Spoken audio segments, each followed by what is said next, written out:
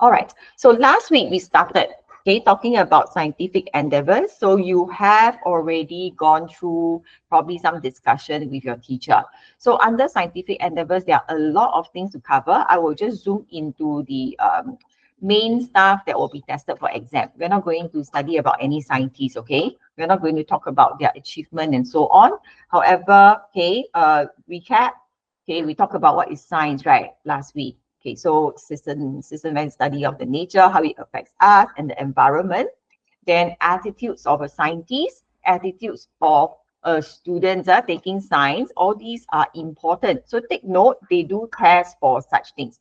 But I also mentioned to you, okay, the questions are so obvious right now. Okay, it is very easy to understand, and then you can select the answer quite, I will say, without much thoughts or effort as well, quite straightforward.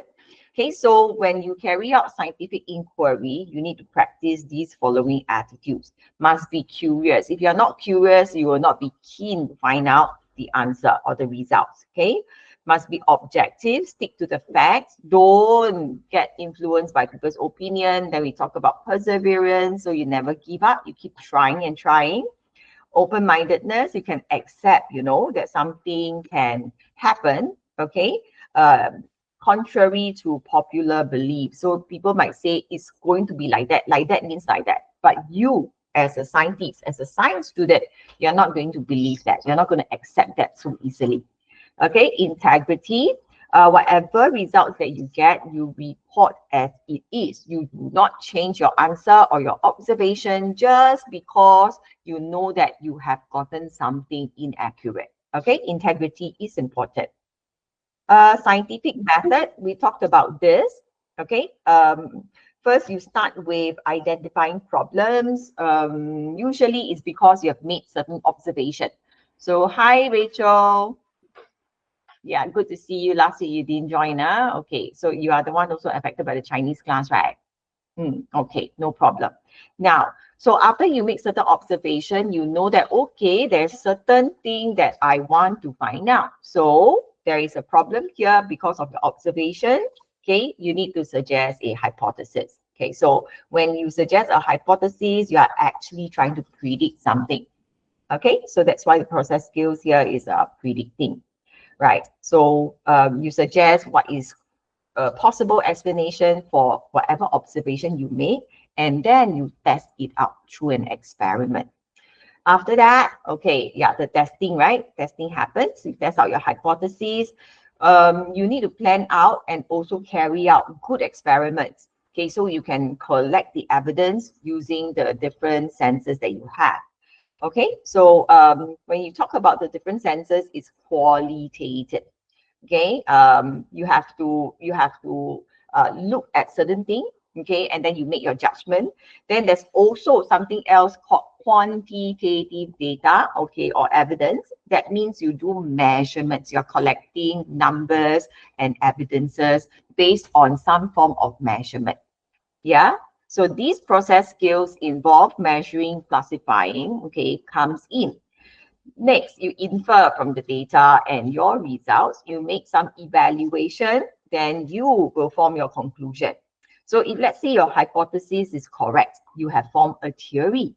Okay, a question came out last week, right, on this. After you check that, okay, hypothesis is valid, okay, then theory is formed. But if you keep on repeating the test, you repeat it many times and you always get the valid result, okay, so what happens? It becomes a law of science. Then, of course, the other way can happen, right? So maybe you don't have a good hypothesis, the hypothesis is wrong, okay? You need to form a new hypothesis. And then after that, you carry out the entire planning, etc., carry out the experiment again. So you keep doing this until you find your right answer. Okay, so let's go on now. We also shared about what you understand, right? Okay, in terms of independent variable, dependent variable, controlled variable. In primary school, you probably only understand the controlled variable, correct? Like the constant variable. What are the independent variable and dependent variables? We discussed. So whatever that you change, you vary, Okay, the change variable, right, is known as the independent variable. You no longer use the word change variable. In secondary school, you must sound professional and intelligent, so you cannot use change variable. Okay, must use independent variable. And after that, whatever that you are collecting data on, okay, you are measuring or you are observing, okay, these are called dependent variable. So what do you call this in primary school? What do you call this in primary school? Do you still recall?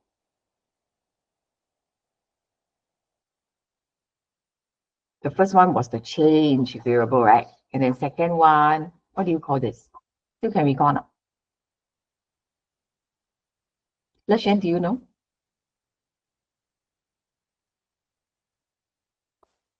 Constant is actually this one. This one, the control variable are the constants, things that you keep constant. Okay, there's one other thing that y'all do. Do you still recall? Chloe can recall?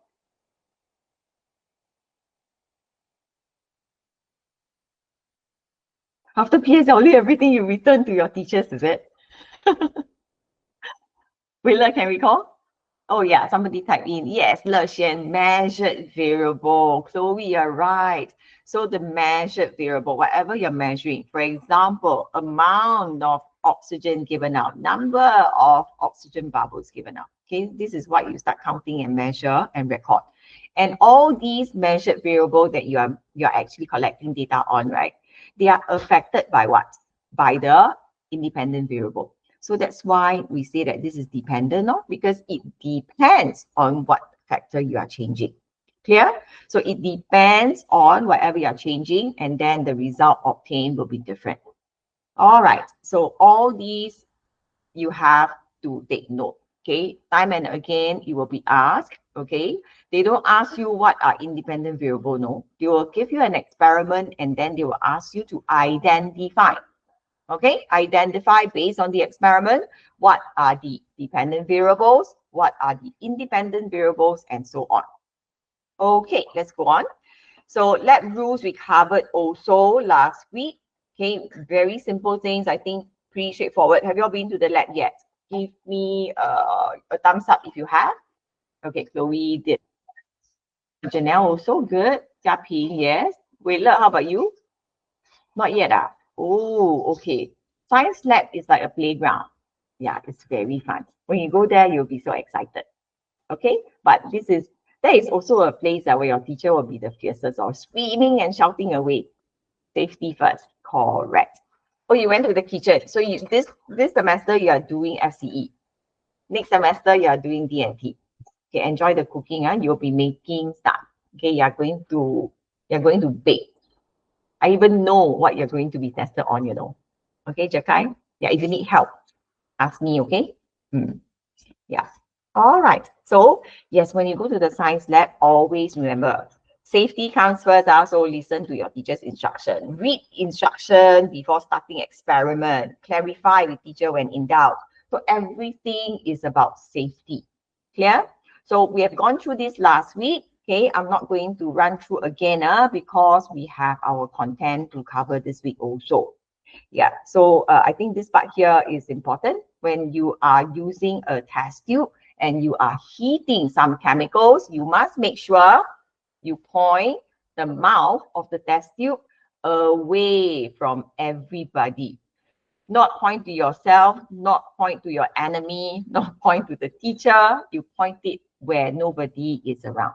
Okay, the wall, possibly. Yeah, I tell the students point towards the wall all the time. All right. So, yeah, when your teacher brings you to the science lab, okay, you will be given your own seat. I think the sitting arrangement would have been decided by the teachers. So you will see if you go to the chemistry lab, right, there will be some chemicals on your bench. So every table, they call it the benches, okay? The benches. So every bench, you have 4 students sitting.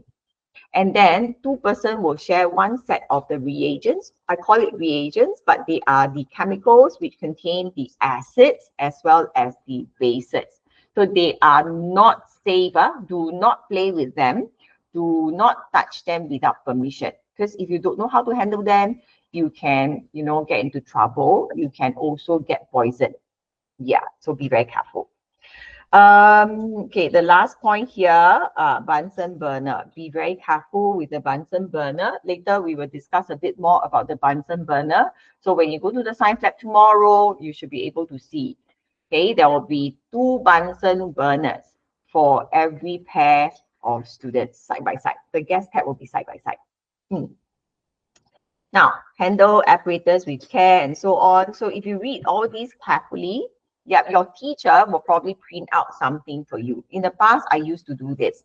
The lab rules, right? I print out a document, you know.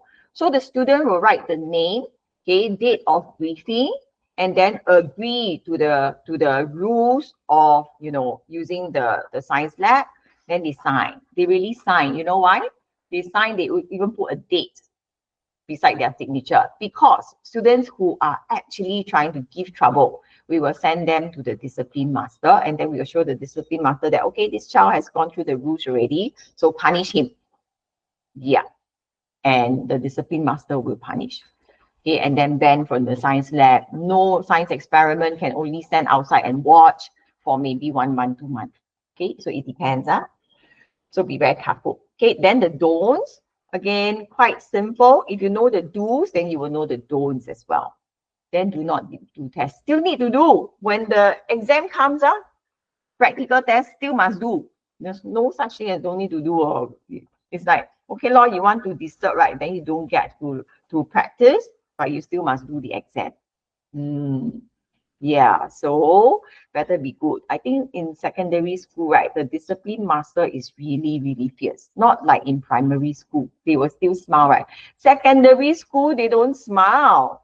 Yeah, they will even bring you into the room, ask you to sit there and then interrogate you. That's possible. Then detention room also have, not like primary school, no detention, right? Secondary school, detention can be even 3 hours in the afternoon. And the detention is you sit there and you do nothing. They don't allow you to do homework because you're punished. Okay, so after you are released from detention, you go home, you have to rush to finish all your homework. So people will not want to have detention. Yeah, no phone, nothing. You just sit there and stare into blank space. Okay, so make sure all of you are obedient. Don't get yourself into trouble. Yeah. So Jakai, no such thing as, oh, okay, I get into trouble, I no need to do tests. Rubbish. No, you will still have to. Okay, and then symbols of the hazardous substances. So these are all the hazard symbols. No, you will be tested this year, you'll be tested next year. Sec 3, it depends on whether your teacher wants to test you or not. Seldom do I see them. Okay, so it's only for Sec 1 and Sec 2. But when you are familiar with these symbols, you have no problem with them when you are in upper secondary or maybe even beyond. Okay, so what does this mean? Please go and read and memorize the symbol. Yeah, there's no way I can help you to memorize. You must go and memorize on your own. So explosive means it looks like this. Okay, and I did tell you how it will look like on a bottle, right? You'll put a sticker on the bottle. You just look at the symbol, you will know, okay, whether the substance is harmful or not. Right, next one. Okay, you see a corrosive, right? So corrosive means what? It can burn your skin. Yeah, it can corrode your skin. So corrosive has this diagram here.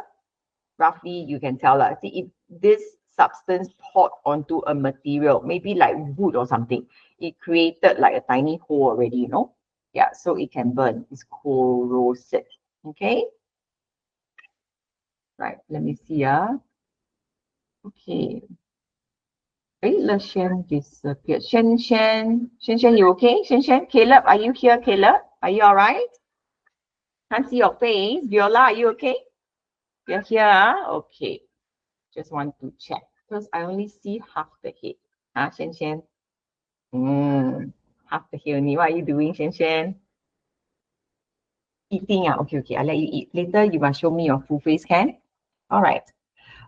Okay, so environmental toxicity. Remember I said environmental toxicity, right? See the tree here, and then the tree is botak, right? No leaves at all. Then you can see the fish upside down. Yeah, so it harms the environment. So what are the substances